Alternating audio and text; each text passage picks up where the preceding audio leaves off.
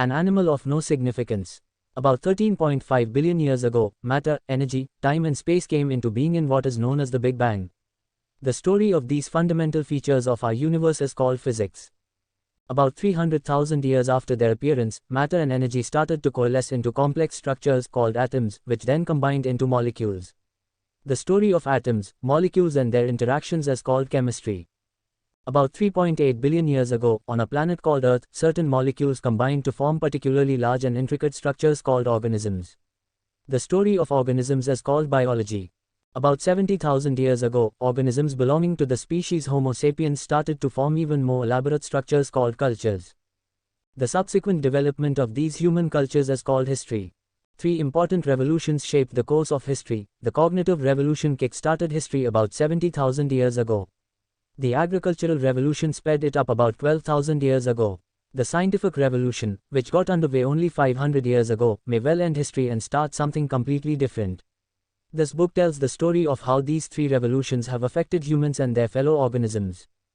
There were humans long before there was history. Animals much like modern humans first appeared about 2.5 million years ago. But for countless generations they did not stand out from the myriad other organisms with which they shared their habitats. On a hike in East Africa 2 million years ago, you might well have encountered a familiar cast of human characters, anxious mothers cuddling their babies and clutches of carefree children playing in the mud. Temperamental youths chafing against the dictates of society and weary elders who just wanted to be left in peace. Chest-thumping machos trying to impress the local beauty and wise old matriarchs who had already seen it all. These archaic humans loved, played, formed close friendships and competed for status and power, but so did chimpanzees, baboons and elephants. There was nothing special about them.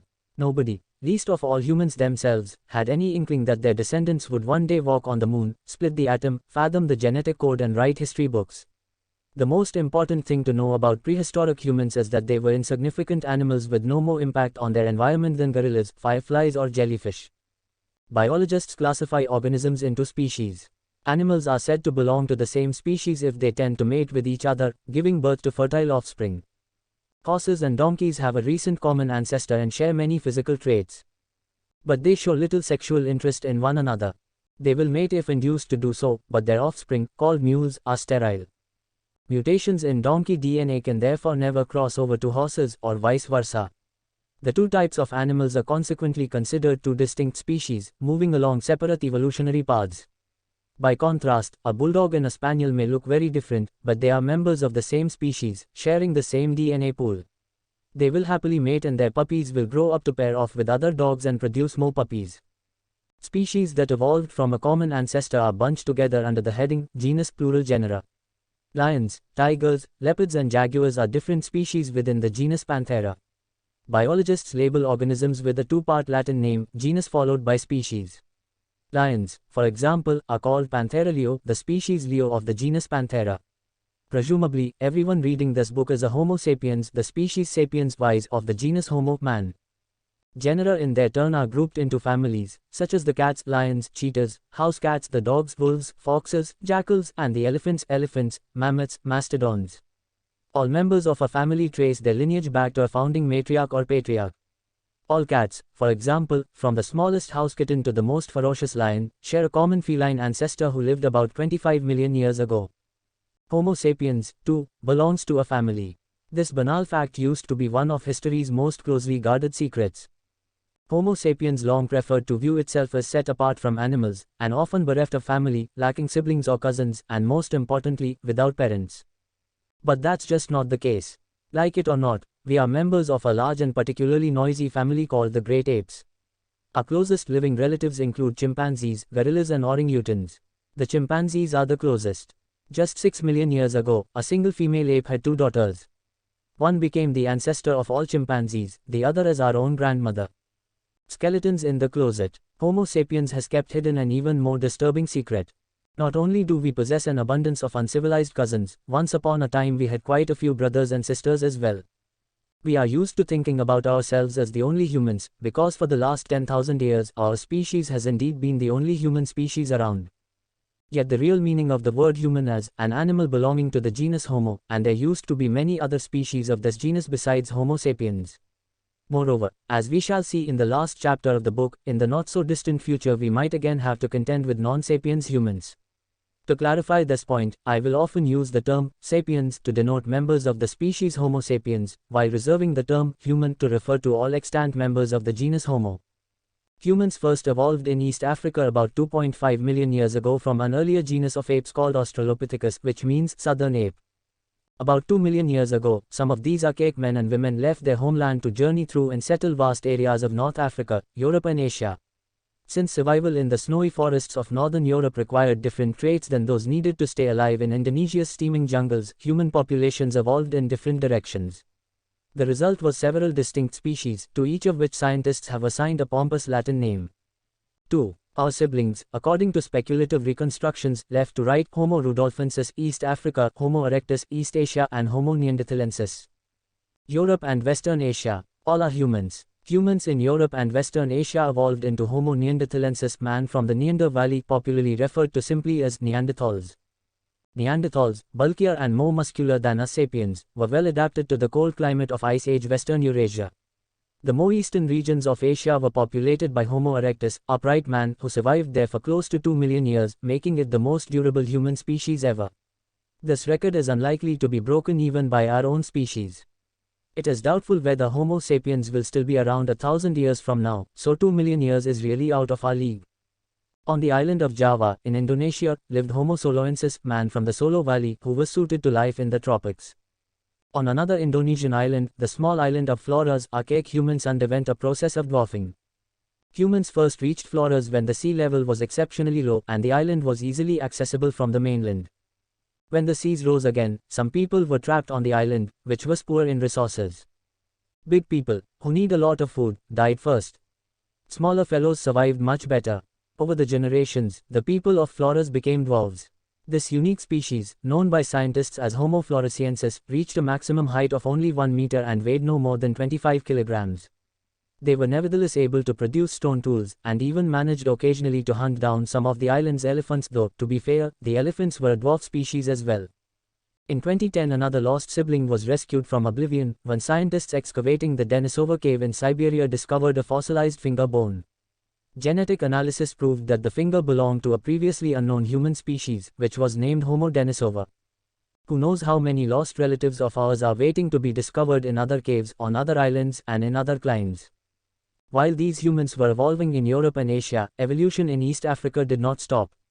The cradle of humanity continued to nurture numerous new species, such as Homo rudolfensis, man from Lake Rudolph, Homo ergaster, working man, and eventually our own species, which we've immodestly named Homo sapiens, wise man.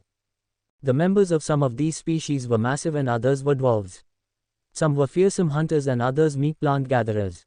Some lived only on a single island, while many roamed over continents. But all of them belonged to the genus Homo. They were all human beings. It's a common fallacy to envision these species as arranged in a straight line of descent, with ergaster begetting erectus, erectus begetting the Neanderthals, and the Neanderthals evolving into us.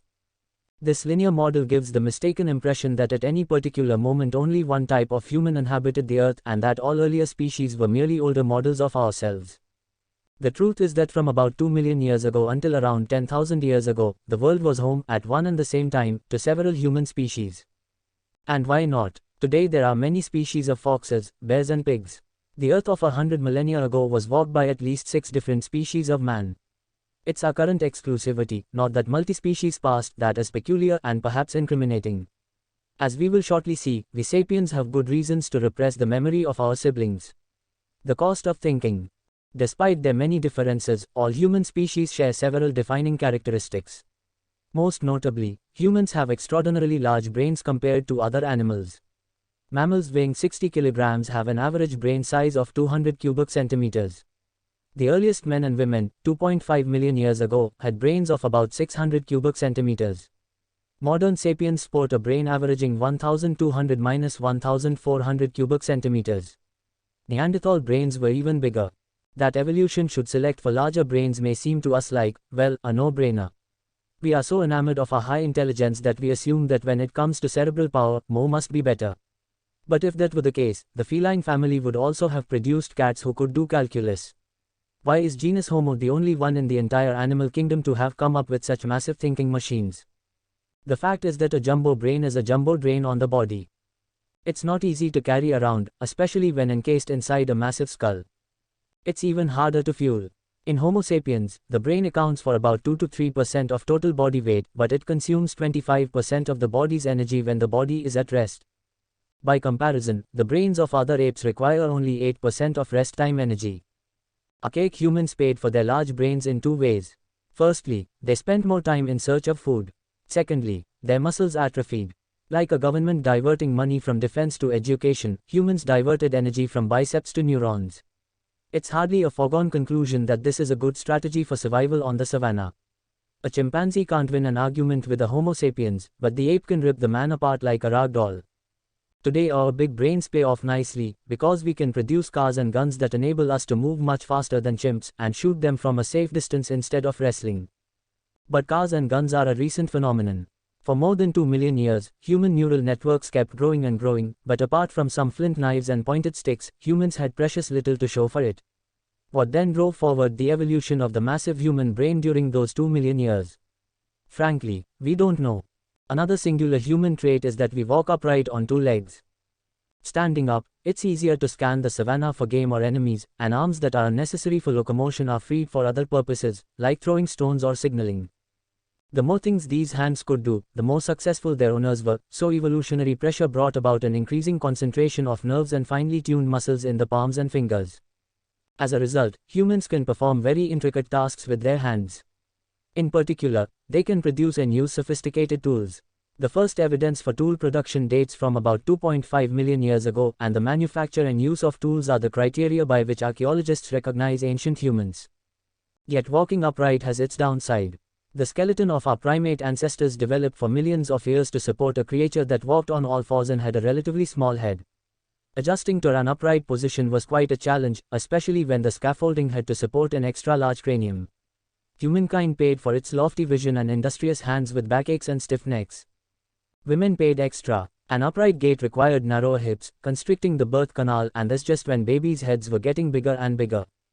Death in childbirth became a major hazard for human females. Women who gave birth earlier, when the infant's brain and head were still relatively small and supple, fared better and lived to have more children. Natural selection consequently favored earlier births. And, indeed, compared to other animals, humans are born prematurely, when many of their vital systems are still underdeveloped. A colt can trot shortly after birth, a kitten leaves its mother to forage on its own when it is just a few weeks old. Human babies are helpless, dependent for many years on their elders for sustenance, protection and education. This fact has contributed greatly both to humankind's extraordinary social abilities and to its unique social problems. Lone mothers could hardly forage enough food for their offspring and themselves with needy children in tow. Raising children required constant help from other family members and neighbors. It takes a tribe to raise a human. Evolution thus favored those capable of forming strong social ties. In addition, since humans are born underdeveloped, they can be educated and socialized to a far greater extent than any other animal. Most mammals emerge from the womb like glazed earthenware emerging from a kiln. Any attempt at remolding will scratch or break them. Humans emerge from the womb like molten glass from a furnace. They can be spun, stretched and shaped with a surprising degree of freedom. This is why today we can educate our children to become Christian or Buddhist, capitalist or socialist, warlike or peace-loving. Asterisk. We assume that a large brain, the use of tools, superior learning abilities and complex social structures are huge advantages. It seems self-evident that these have made humankind the most powerful animal on Earth. But humans enjoyed all of these advantages for a full 2 million years, during which they remained weak and marginal creatures.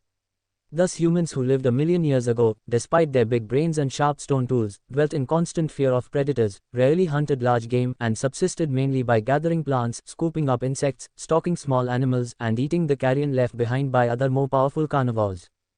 One of the most common uses of early stone tools was to crack open bones in order to get to the marrow. Some researchers believe this was our original niche. Just as woodpeckers specialize in extracting insects from the trunks of trees, the first humans specialized in extracting marrow from bones. Why marrow? Well, suppose you observe a pride of lions take down and devour a giraffe. You wait patiently until they're done. But it's still not your turn, because first the hyenas and jackals, and you don't dare interfere with them, scavenge the leftovers. Only then would you and your band dare approach the carcass, look cautiously left and right, and dig into the edible tissue that remained. This is a key to understanding our history and psychology. Genus Homo's position in the food chain was, until quite recently, solidly in the middle. For millions of years, humans hunted smaller creatures and gathered what they could, all the while being hunted by larger predators. It was only 400,000 years ago that several species of man began to hunt large game on a regular basis, and only in the last 100,000 years, with the rise of Homo sapiens, that man jumped to the top of the food chain. That spectacular leap from the middle to the top had enormous consequences. Other animals at the top of the pyramid, such as lions and sharks, evolved into that position very gradually, over millions of years.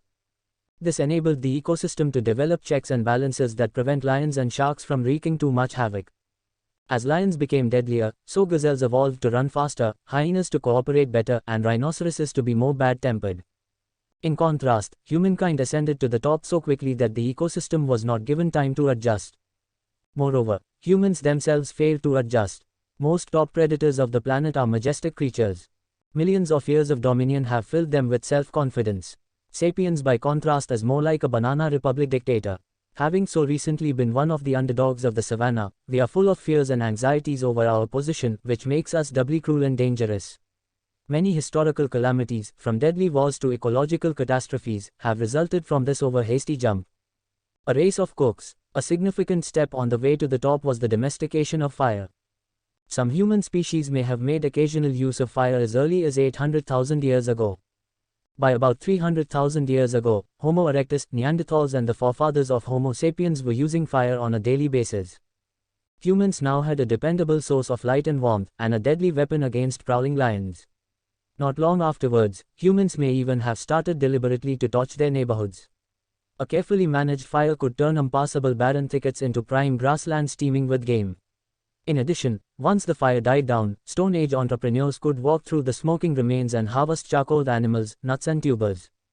But the best thing fire did was cook. Foods that humans cannot digest in their natural forms, such as wheat, rice and potatoes, became staples of our diet thanks to cooking. Fire not only changed food's chemistry, it changed its biology as well. Cooking killed germs and parasites that infested food. Humans also had a far easier time chewing and digesting old favorites such as fruits, nuts, insects and carrion if they were cooked. Whereas chimpanzees spend 5 hours a day chewing raw food, a single hour suffices for people eating cooked food. The advent of cooking enabled humans to eat more kinds of food, to devote less time to eating, and to make do with smaller teeth and shorter intestines. Some scholars believe there is a direct link between the advent of cooking, the shortening of the human intestinal tract, and the growth of the human brain. Since long intestines and large brains are both massive energy consumers, it's hard to have both. By shortening the intestines and decreasing their energy consumption, cooking inadvertently opened the way to the jumbo brains of Neanderthals and Sapiens. One fire also opened the first significant gulf between man and the other animals. The power of almost all animals depends on their bodies, the strength of their muscles, the size of their teeth, the breadth of their wings. Though they may harness winds and currents, they are unable to control these natural forces and are always constrained by their physical design. Eagles, for example, identify thermal columns rising from the ground, spread their giant wings and allow the hot air to lift them upwards. Yet eagles cannot control the location of the columns, and their maximum carrying capacity is strictly proportional to their wingspan. When humans domesticated fire, they gained control of an obedient and potentially limitless force. Unlike eagles, humans could choose when and where to ignite a flame, and they were able to exploit fire for any number of tasks. Most importantly, the power of fire was not limited by the form, structure or strength of the human body. A single woman with a flint or fire stick could burn down an entire forest in a matter of hours. The domestication of fire was a sign of things to come. Our brother's keepers. Despite the benefits of fire, 150,000 years ago humans were still marginal creatures. They could now scare away lions, warm themselves during cold nights, and burn down the occasional forest. Yet counting all species together, there were still no more than perhaps 1 million humans living between the Indonesian archipelago and the Iberian Peninsula, a mere blip on the ecological radar.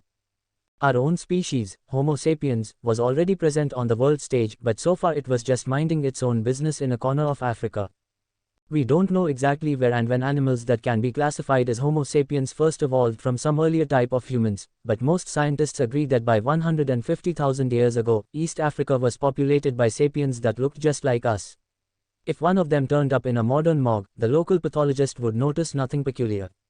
Thanks to the blessings of fire, they had smaller teeth and jaws than their ancestors, whereas they had massive brains, equal in size to ours. Scientists also agree that about 70,000 years ago, sapiens from East Africa spread into the Arabian Peninsula, and from there they quickly overran the entire Eurasian landmass. When Homo sapiens landed in Arabia, most of Eurasia was already settled by other humans. What happened to them? There are two conflicting theories. The interbreeding theory tells a story of attraction, sex and mingling. As the African immigrants spread around the world, they bred with other human populations, and people today are the outcome of this interbreeding. For example, when sapiens reached the Middle East and Europe, they encountered the Neanderthals. These humans were more muscular than sapiens, had larger brains, and were better adapted to cold climes. They used tools and fire, were good hunters, and apparently took care of their sick and infirm. Archaeologists have discovered the bones of Neanderthals who lived for many years with severe physical handicaps, evidence that they were cared for by their relatives. Neanderthals are often depicted in caricatures as the archetypical brutish and stupid cave people, but recent evidence has changed their image. According to the interbreeding theory, when sapiens spread into Neanderthal lands, sapiens bred with Neanderthals until the two populations merged. If this is the case, then today's Eurasians are not pure sapiens. They are a mixture of sapiens and Neanderthals. Similarly, when sapiens reached East Asia, they interbred with the local erectus, so the Chinese and Koreans are a mixture of sapiens and erectus. The opposing view, called the replacement theory, tells a very different story, one of incompatibility, revulsion, and perhaps even genocide. According to this theory, sapiens and other humans had different anatomies, and most likely different mating habits and even body odors. They would have had little sexual interest in one another. And even if a Neanderthal Romeo and a sapiens Juliet fell in love, they could not produce fertile children, because the genetic gulf separating the two populations was already unbridgeable. The two populations remained completely distinct, and when the Neanderthals died out, or were killed off, their genes died with them. According to this view, sapiens replaced all the previous human populations without merging with them. If that is the case, the lineages of all contemporary humans can be traced back, exclusively to East Africa, 70,000 years ago. We are all pure sapiens. Map 1. Homo sapiens conquers the globe. A lot hinges on this debate. From an evolutionary perspective, 70,000 years is a relatively short interval. If the replacement theory is correct, all living humans have roughly the same genetic baggage, and racial distinctions among them are negligible. But if the interbreeding theory is right, there might well be genetic differences between Africans, Europeans and Asians that go back hundreds of thousands of years. This is political dynamite, which could provide material for explosive racial theories. In recent decades, the replacement theory has been the common wisdom in the field. It had firmer archaeological backing, and was more politically correct. Scientists had no desire to open up the Pandora's box of racism by claiming significant genetic diversity among modern human populations. But that ended in 2010, when the results of a 4-year effort to map the Neanderthal genome were published. Geneticists were able to collect enough intact Neanderthal DNA from fossils to make a broad comparison between it and the DNA of contemporary humans. The results stunned the scientific community. It turned out that 1 to 4% of the unique human DNA of modern populations in the Middle East and Europe is Neanderthal DNA. That's not a huge amount, but it's significant. A second shock came several months later, when DNA extracted from the fossilized finger from Denisova was mapped. The results proved that up to 6% of the unique human DNA of modern Melanesians and Aboriginal Australians is Denisovan DNA. If these results are valid, and it's important to keep in mind that further research is underway and may either reinforce or modify these conclusions, the interbreeders got at least some things right. But that doesn't mean that the replacement theory is completely wrong. Since Neanderthals and Denisovans contributed only a small amount of DNA to our present-day genome, it is impossible to speak of a merger between sapiens and other human species. Although differences between them were not large enough to completely prevent fertile intercourse, they were sufficient to make such contacts very rare. How then should we understand the biological relatedness of sapiens, Neanderthals and Denisovans? Clearly, they were not completely different species like horses and donkeys. On the other hand, they were not just different populations of the same species, like bulldogs and spaniels. Biological reality is not black and white. There are also important gray areas. Every two species that evolved from a common ancestor, such as horses and donkeys, were at one time just two populations of the same species, like bulldogs and spaniels. There must have been a point when the two populations were already quite different from one another, but still capable on rare occasions of having sex and producing fertile offspring. Then another mutation severed this last connecting thread, and they went their separate evolutionary ways. It seems that about 50,000 years ago, sapiens, Neanderthals and Denisovans were at that borderline point. They were almost, but not quite, entirely separate species. As we shall see in the next chapter, sapiens were already very different from Neanderthals and Denisovans not only in their genetic code and physical traits but also in their cognitive and social abilities, yet it appears it was still just possible, on rare occasions, for a sapiens and a Neanderthal to produce a fertile offspring. So the populations did not merge, but a few lucky Neanderthal genes did hitch a ride on the Sapiens Express. It is unsettling, and perhaps thrilling, to think that we sapiens could at one time have sex with an animal from a different species, and produce children together. 3. A speculative reconstruction of a Neanderthal child. Genetic evidence hints that at least some Neanderthals may have had fair skin and hair. But if the Neanderthals, Denisovans and other human species didn't merge with sapiens, why did they vanish? One possibility is that Homo sapiens drove them to extinction. Imagine a sapiens band reaching a Balkan valley where Neanderthals had lived for hundreds of thousands of years. The newcomers began to hunt the deer and gather the nuts and berries that were the Neanderthals' traditional staples. Sapiens were more proficient hunters and gatherers thanks to better technology and superior social skills, so they multiplied and spread. The less resourceful Neanderthals found it increasingly difficult to feed themselves.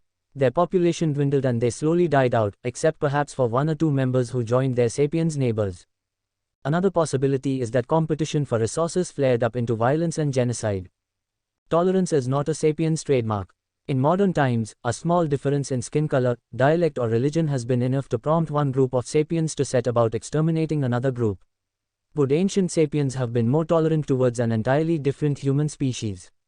It may well be that when sapiens encountered Neanderthals, the result was the first and most significant ethnic cleansing campaign in history. Whichever way it happened, the Neanderthals and the other human species pose one of history's great what-ifs. Imagine how things might have turned out had the Neanderthals or Denisovans survived alongside Homo sapiens. What kind of cultures, societies and political structures would have emerged in a world where several different human species coexisted? How, for example, would religious faiths have unfolded? Would the book of Genesis have declared that Neanderthals descend from Adam and Eve? Would Jesus have died for the sins of the Denisovans? And would the Quran have reserved seats in heaven for all righteous humans, whatever their species? Would Neanderthals have been able to serve in the Roman legions, or in the sprawling bureaucracy of Imperial China? Would the American Declaration of Independence hold as a self-evident truth that all members of the genus Homo are created equal? Would Karl Marx have urged workers of all species to unite? Over the past 10,000 years, Homo sapiens has grown so accustomed to being the only human species that it's hard for us to conceive of any other possibility. A lack of brothers and sisters makes it easier to imagine that we are the epitome of creation, and that a chasm separates us from the rest of the animal kingdom. When Charles Darwin indicated that Homo sapiens was just another kind of animal, people were outraged. Even today many refuse to believe it. Had the Neanderthals survived, would we still imagine ourselves to be a creature apart? Perhaps this is exactly why our ancestors wiped out the Neanderthals. They were too familiar to ignore, but too different to tolerate. Whether sapiens are to blame or not, no sooner had they arrived at a new location than the native population became extinct. The last remains of Homo soloensis are dated to about 50,000 years ago. Homo denisova disappeared shortly thereafter. Neanderthals made their exit roughly 30,000 years ago. The last dwarf-like humans vanished from Flores Island about 12,000 years ago. They left behind some bones, stone tools, a few genes in our DNA and a lot of unanswered questions. They also left behind us, Homo sapiens, the last human species. What was the sapiens' secret of success? How did we manage to settle so rapidly in so many distant and ecologically different habitats? How did we push all other human species into oblivion? Why couldn't even the strong, brainy, cold-proof